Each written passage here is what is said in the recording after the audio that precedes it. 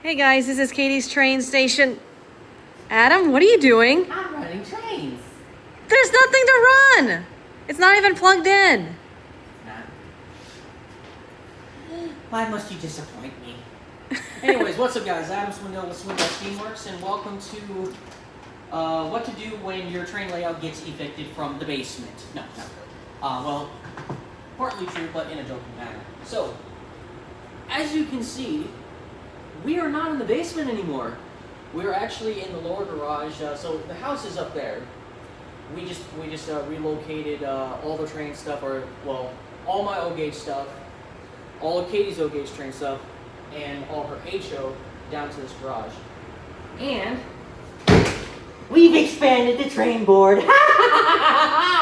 Okay, so on the train layout. So if you guys recall, we did a layout unveiling / layout update video covering Katie's new official O-gauge train layout. The original measurements to this layout was 7 feet wide by 12 feet long, and I had to shorten the width by a foot because of space constraints in the basement. There were some requirements in place, not harsh requirements, but there were some kind requests in place. So the biggest one being that we had to be able to walk around all 4 sides of the layout, because in the basement, speaking like if the layout was still in the basement, on that side there was a door, had to remain accessible. On this side, basically like towards the center of the layout, you guys have probably seen it, there was an entry for a crawl space. That had to remain accessible. And where I'm standing, again, if the layout was in the basement, right here would have been the staircase. There was a wine bottle holder over here. Still had to be able to walk around, because you could get to the crawl space either walking around this side or walking around that side. So either way, all 4 sides had to be, they had to remain accessible. Well, starting a few months ago, we started the process of getting all of our trains moved down here. As you can see, everything is, to the best of our ability, everything is organized. Basically all that stuff on that end is Katie's stuff. This shelf is all my rolling stock, freight stock, cabooses, what have you.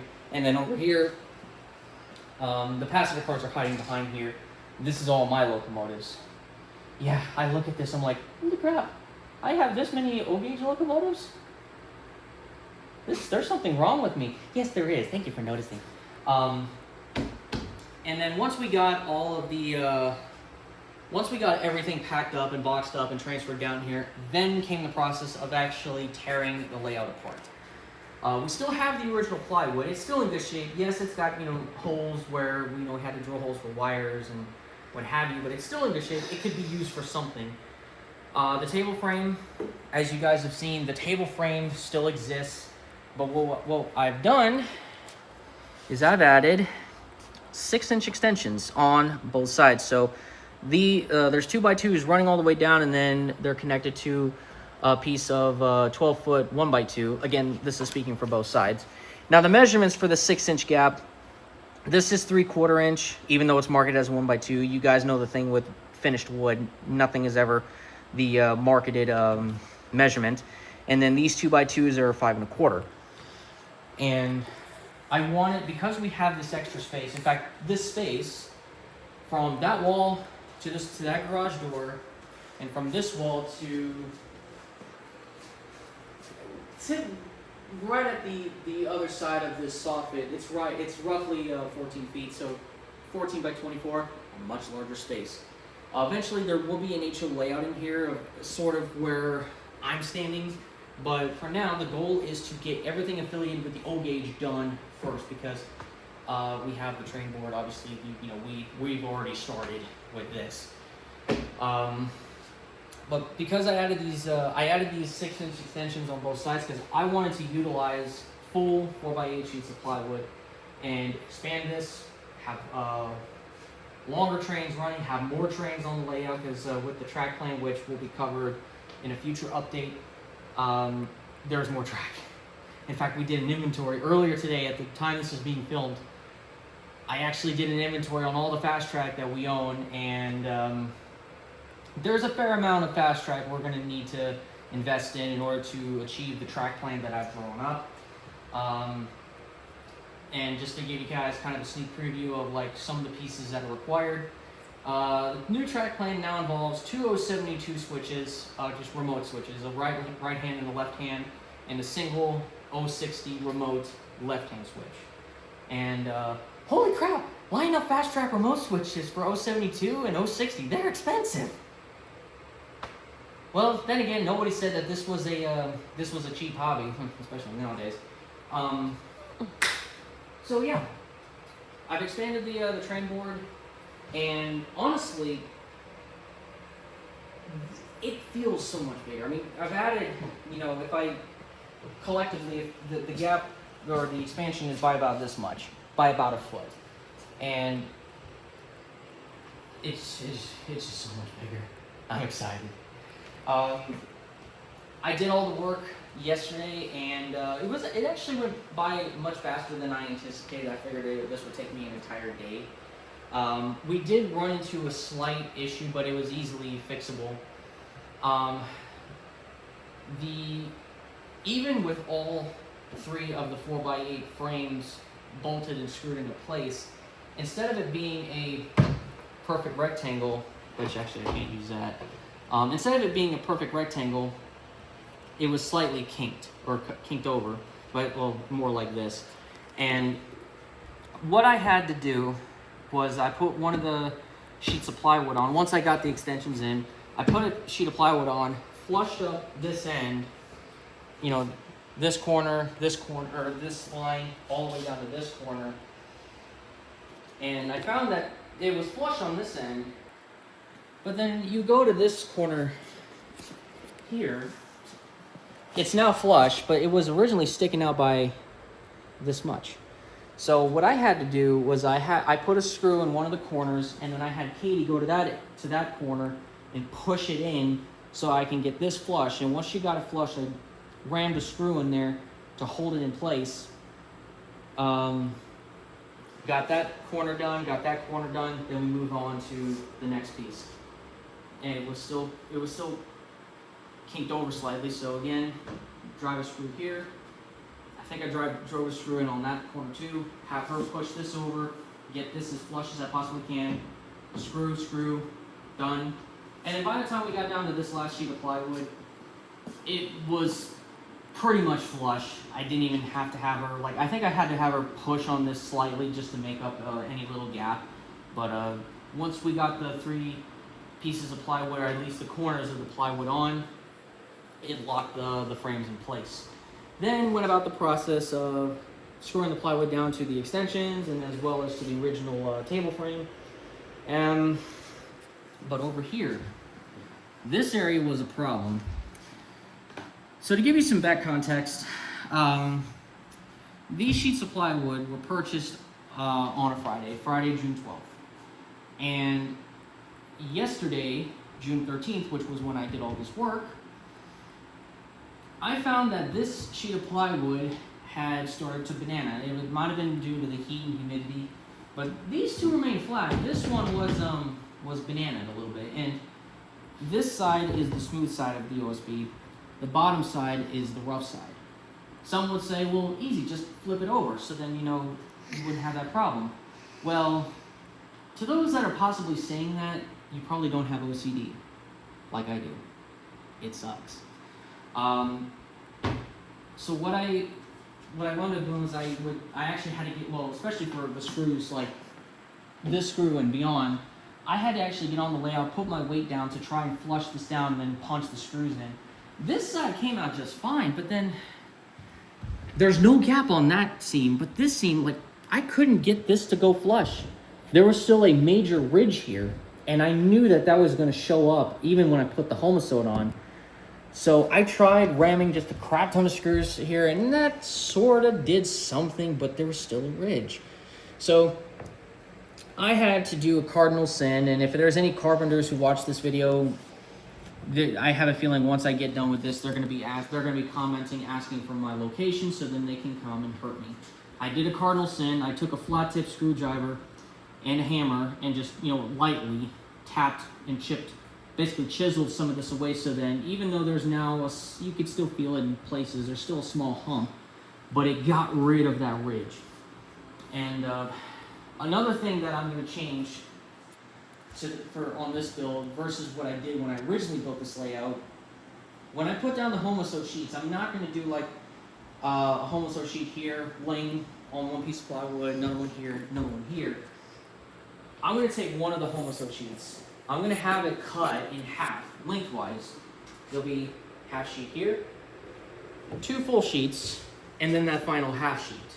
So basically, one full sheet, or the 2 full sheets are going to be covering these plywood seams. And I think that might actually help blend this area together, so then there's no like severe up and down on the track.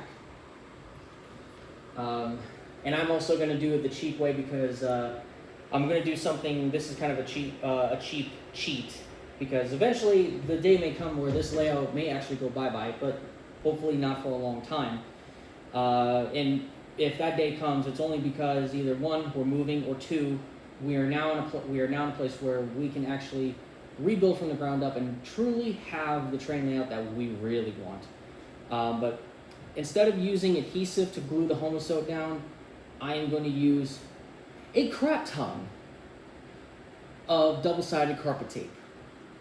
And so there's going to be, I am going to do, strips along the exterior edges. There will be a strip going down the seams, and then there's going to be strips all in the center of the plywood. And then you just set the Homoso on, push it down, done. And it's going to be the same thing for the carpet. There's going to be carpet tape, lay the carpet, smoothen it, roll it into place, and then trim the edges, done. So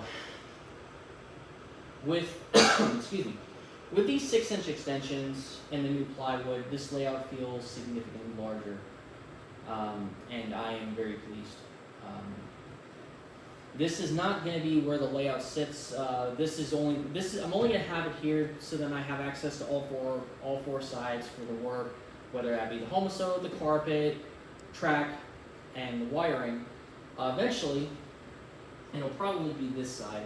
This layout is going to basically shift 90 degrees and then get pushed up against this wall. But that's not going to be for a while because there's one step I want to complete before we shift the layout, and that is putting shelves on this wall, basically starting from possibly around right here, going all the way down, and then from that corner all the way to that interior edge of that soffit.